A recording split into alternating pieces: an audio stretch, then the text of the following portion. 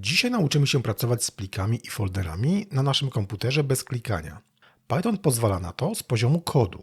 To przydaje się wtedy, gdy chcemy na przykład zautomatyzować pewne zadania, tworzyć raporty, porządkować zdjęcia albo analizować zawartość folderów i tym podobne. Poznamy dwie biblioteki: OS, starsza, ale dobrze znana i stabilna, oraz PathLib, nowoczesna, bardziej czytelna i obiektowa. Obie działają podobnie, ale będziemy często preferować PathLib, bo kod jest z nią prostszy do zrozumienia.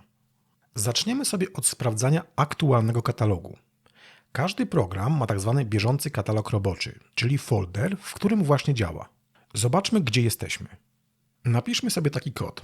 Użyjemy dwóch bibliotek: OS i PathLib.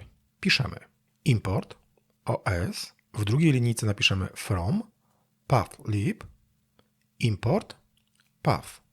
Teraz napiszemy sobie dwa printy. Pierwszy to print, otworzymy nawias, tutaj napiszemy os.getcwd, otworzymy nawias, zamkniemy nawias i zamkniemy nawias print. I teraz drugi print, otworzymy nawias path.cwd, otworzymy nawias, zamkniemy nawias i zamkniemy nawias print. Zapiszmy nasz program. Co my tutaj mamy? W pierwszej i drugiej linijce zaimportowaliśmy biblioteki do naszego programu OS i PathLib. W dwóch kolejnych linijkach użyliśmy funkcji print do wyświetlenia dokładnie katalogu, w którym się znajdujemy. Obie wersje wypiszą dokładnie to samo: ścieżkę do folderu, z którego program został uruchomiony. To bardzo ważne, bo jeśli otwierasz plik bez podawania pełnej ścieżki, Python szuka go właśnie w tym miejscu. Jak pewnie już zauważyliście, zaimportowaliśmy dwie biblioteki w dwa różne sposoby. To sobie dokładnie omówimy w dalszych lekcjach. Teraz omówimy sobie tworzenie nowego folderu. Za chwilę stworzymy folder na przykład na wyniki analizy danych albo wygenerowane pliki. Taki folder możemy później automatycznie wypełniać plikami z programu. Napiszmy przykłady, wykorzystując dwie biblioteki. Piszemy os.mkdir, otworzymy nawias, a w nawiasie w cudzysłowie wpiszemy nowy folder. Zamykamy nawias. I drugi path, otworzymy nawias, w cudzysłowie nowy folder 1, zamykamy nawias, .mkdir. Otwieramy nawias, zamykamy nawias. Teraz zapiszmy nasz program. W tym przykładzie użyłem dwóch różnych nazw folderów.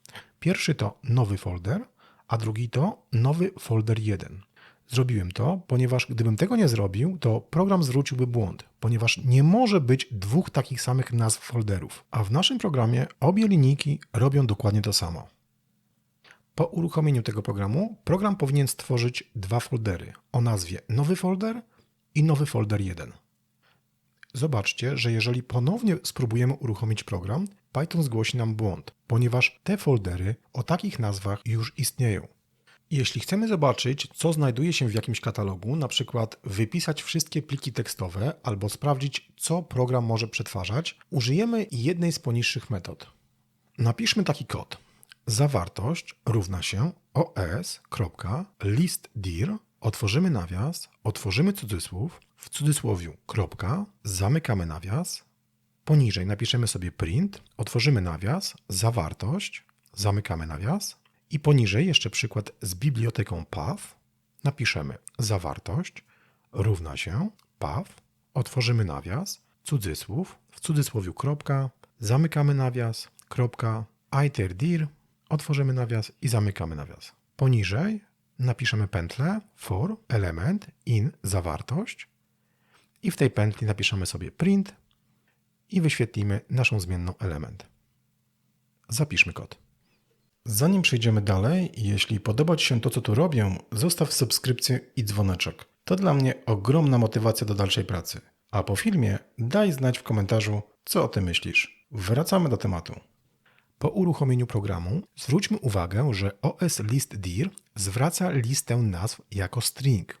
Natomiast PathLib.iterdir zwraca obiekt typu path, które od razu dają więcej możliwości, na przykład przy sprawdzaniu typu plików, katalogów czy operowanie na ścieżkach. W tym przykładzie w pierwszej linijce wyraźnie widzimy, że nazwy plików i katalogów są w pojedynczym cudzysłowiu. To oznacza, że właśnie te nazwy to typ danych string. Przechodzimy sobie do kolejnego przykładu, w którym sprawdzimy ścieżkę do pliku czy katalogu. Jeśli mamy listę rzeczy w folderze, warto wiedzieć, co jest plikiem, a co katalogiem. Nie chcesz przecież próbować otwierać folderu jako pliku. W tym przykładzie użyjemy sobie jednej biblioteki pathlib. Napiszmy ścieżka równa się path, otwórzmy nawias, w cudzysłowie plik.txt, zamykamy nasz nawias. Teraz w kolejnej linijce print, ścieżka.isFile, otwieramy nawias, zamykamy nawias print i w kolejnej linijce print, ścieżka.is, _dir, otwieramy nawias, zamykamy nawias naszego printa. Zapiszmy program. Zanim uruchomicie program, sprawdźcie, czy w waszym folderze znajduje się plik.txt. Jeśli nie, to utwórzcie go. Teraz uruchomcie program i zobaczcie, co się stało. W pierwszym przypadku mamy true, ponieważ plik istnieje, ale w drugim przypadku mamy false, ponieważ plik.txt nie jest folderem. To, co Wam teraz pokazałem, to bardzo ważna umiejętność, ponieważ pozwala filtrować dane w folderach, na przykład analizować tylko pliki z rozszerzeniem txt, albo ignorować foldery, albo szukać folderów tematycznych na przykład. W kolejnym przykładzie pokażę Wam usuwanie plików lub katalogów. Czasami trzeba coś usunąć, ale pamiętaj, Python nie pyta, czy na pewno. Takie operacje są nieodwracalne. Napiszmy taki kod. os.remove, otworzymy nawias, otworzymy cudzysłów i w cudzysłowiu plik.txt, zamykamy nawias. W drugiej linijce os.rmdir, otwieramy nawias i w cudzysłowiu pusty folder. Zamykamy nawias. I jeszcze przykład z biblioteką path. Napiszemy path, otworzymy nawias, w cudzysłowiu plik.txt, zamykamy nawias, unlink, otwieramy nawias, zamykamy nawias i poniżej path, otwieramy nawias, pusty folder, zamykamy nawias, .rmdir, otwieramy nawias i zamykamy nawias. Zapiszmy program. W dwóch ostatnich linijkach postawmy sobie na początek hash. Zrobiliśmy to po to, żeby Python na razie tych dwóch ostatnich linijek nie wykonywał. Teraz w naszym katalogu stwórzmy sobie plik.txt, jeśli jeszcze go nie mamy, i pusty folder o nazwie pusty _folder. Teraz spróbujmy sobie uruchomić program i zobaczymy, czy plik.txt i pusty _folder zostaną usunięte. Teraz możemy sobie sprawdzić, czy druga biblioteka tak samo będzie działała. W tym celu musimy wejść do naszego kodu i usunąć hash przy bibliotekach path, a postawić go przy bibliotekach os. Zapiszemy nasz program, utworzymy plik.txt i folder o nazwie pusty _folder i spróbujemy jeszcze raz uruchomić program i zobaczymy, czy tak samo będzie skuteczny.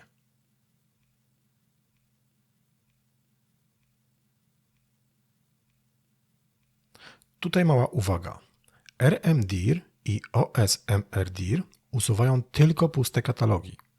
Jeśli chcemy usuwać katalogi z zawartością, potrzebujemy osobnej funkcji, np. shuttle rm3, ale to już jest temat dla zaawansowanych. Na koniec tej lekcji, jak zawsze, małe podsumowanie. Dziś nauczyliśmy się pracować z katalogami i plikami na dysku. Potrafimy sprawdzić, gdzie jesteśmy w systemie plików, stworzyć folder, wypisać zawartość katalogu, sprawdzić, czy jest plikiem czy katalogiem i bezpiecznie usuwać niepotrzebne elementy. Poznaliśmy dwie biblioteki, klasyczną OS i bardziej nowoczesną pathlib. Obie będą nam towarzyszyć jeszcze nie raz. Dzięki nim możemy tworzyć narzędzia do zarządzania danymi, automatyzować pracę czy budować bardziej profesjonalne aplikacje. To naprawdę bardzo dużo. Na dzisiaj to wszystko. Ja się z Wami żegnam i zapraszam na kolejną lekcję z cyklu Python od podstaw. Cześć!